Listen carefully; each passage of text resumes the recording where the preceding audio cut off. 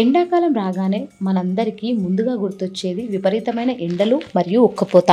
అయితే మన పూర్వీకులు ఈ కాలాన్ని కేవలం వాతావరణ మార్పుగా మాత్రమే కాకుండా గ్రహాల గమనాన్ని బట్టి ఒక పద్ధతి ప్రకారం వివరించారు.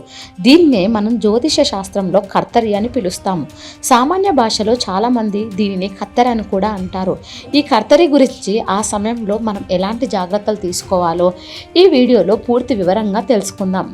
జ్యోతిష్య శాస్త్ర ప్రకారం సూర్యుడు కొన్ని ప్రత్యేకమైన నక్షత్రాల మీదుగా ప్రయాణించే కాలాన్ని కర్తరి అంటారు. సూర్యుడు భరణి నక్షత్రం 3వ స్థానంలో నుంచి ప్రవేశించినప్పటి నుండి రోహిణి నక్షత్రం మొదటి పాదం వరకు ఉండే కాలాన్ని ఈ పేరుతో పిలుస్తారు. ఈ సమయంలో సూర్యుడి వేడి భూమి మీద చాలా ఎక్కువగా ఉంటుంది. దీనినే మన పెద్దలు 2 భాగాలుగా విభజించారు. మొదటిది చిన్న కర్తరి లేదా డొల్లు కర్తరి కాగా రెండవది పెద్ద కర్తరి లేదా నిజ కర్తరి అని అంటారు. 2020 సంవత్సరంలో చిన్న కర్తరి మే 4వ తేదీ సోమవారం నాడు ప్రారంభం కాబోతుంది. ఆ తర్వాత మే 11వ తేదీ సోమవారం నుండి అసలైన పెద్ద కర్తరి మొదలవుతుంది. ఈ సమయంలో వాతావరణం చాలా వేడిగా ఉంటుంది కాబట్టి కొన్ని పనులను చేయకూడదని శాస్త్రం చెబుతుంది. చిన్న కర్తరి లేదా డొల్లు కర్తరి సమయంలో కొన్ని రకాల పనులు చేయడం మంచిది కాదు. ముఖ్యంగా భూమికి సంబంధించిన పనులు కూడా బావులు తవ్వడం, కాలువలు తీయడం వంటి పనులను వాయిదా వేసుకోవాలి. వ్యవసాయ పనులు చేసే వారు కూడా ఈ సమయంలో జాగ్రత్తగా ఉండాలి. మొక్కలు నాటడం లేదా స్తంభాలు నాటడం వంటి పనులు కూడా ఈ సమయంలో చేయకూడదు.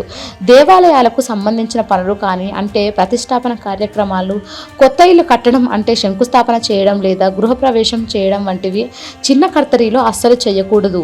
అయితే పెళ్లిళ్ళు చేసుకోవడానికి, ఉపనయనాలు చేయడానికి లేదా అన్నప్రసన్నం వంటి ఫంక్షన్లు చేసుకోవడానికి ఈ చిన్న కర్తరి అడ్డు కాదు. కేవలం భూమిని తవ్వే పనులు మరియు నిర్మాణ రంగ పనులకు మాత్రమే దూరం ఉండాలి. మే 11 నుండి ప్రారంభమయ్యే పెద్ద కర్తరి లేదా నిజ కర్తరి అత్యంత శక్తివంతమైనది మరియు ప్రభావవంతమైనది.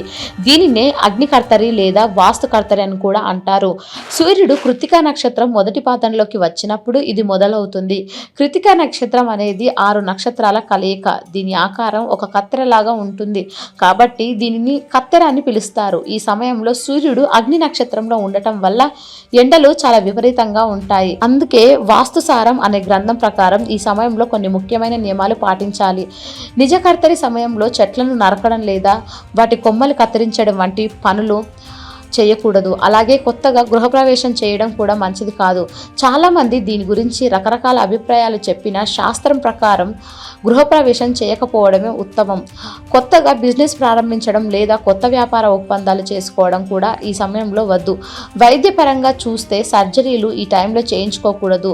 కొత్తగా ఏదైనా కార్ లేదా బైక్ కొన్నప్పుడు మొదటిసారి దాన్ని రోడ్డు మీదకు తీసి డ్రైవింగ్ చేయడం కూడా నిజకర్తరి సమయంలో చేయకూడదు. ఒకవేళ మీరు ముందే వాడుతున్న వాహనాలు అయితే యథావిధిగా వాడుకోవచ్చు. జీవితంలో మొదటిసారి గొడుగు వాడటం లేదా కొత్తగా గొడుగు కొనడం ఈ సమయంలో చేయకూడదని పెద్దలు చెబుతారు. అలాగే కొత్తగా పదవులు చేపట్టడం లేదా బాధ్యతలు తీసుకోవడం కూడా ఒక అగ్ని కర్తరిలో వద్దు.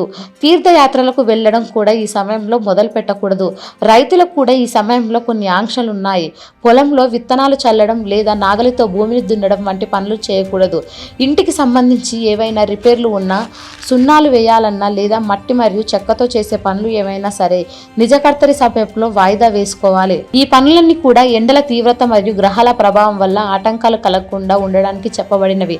ఈ కర్తరి సమయంలో వాతావరణం చాలా వేడిగా ఉండటం వల్ల మన ఆరోగ్యానికి కూడా ముప్పు ఉంటుంది. అందుకే ఈ సమయంలో మనం దైవ ప్రార్థన చేయడం వల్ల మానసిక ప్రశాంతత లభిస్తుంది. ముఖ్యంగా సూర్య భగవాన్ని ఆరాధించడం చాలా ముఖ్యం. ప్రతిరోజు ఉదయాన్నే ఆదిత్య హృదయం వినడం లేదా చదువుకోవడం వల్ల ఎంతో మేలు జరుగుతుంది. అలాగే సూర్యాష్టకం పఠించడం వల్ల కూడా సూర్యుని తీవ్రత నుండి మనకు రక్షణ లభిస్తుంది. సూర్య భగవానుడి అనుగ్రహం ఉంటే ఇలాంటి దోషాల నుండి మనం సులభంగా బయటపడవచ్చు. ఈ విధంగా కర్తరి సమయంలో శాస్త్రం చెప్పిన నియమాలను పాటిస్తూ మన ఆరోగ్యాన్ని కాపాడుకుంటూ దైవ చింతనతో గడపటం వల్ల అంతా శుభం జరుగుతుంది. కర్తరి అనేది కేవలం ఒక కాలం మాత్రమే కాదు, అది ప్రకృతిలో మనం ఎలా మమేకమై ఉండాలో నేర్పే ఒక పాఠం.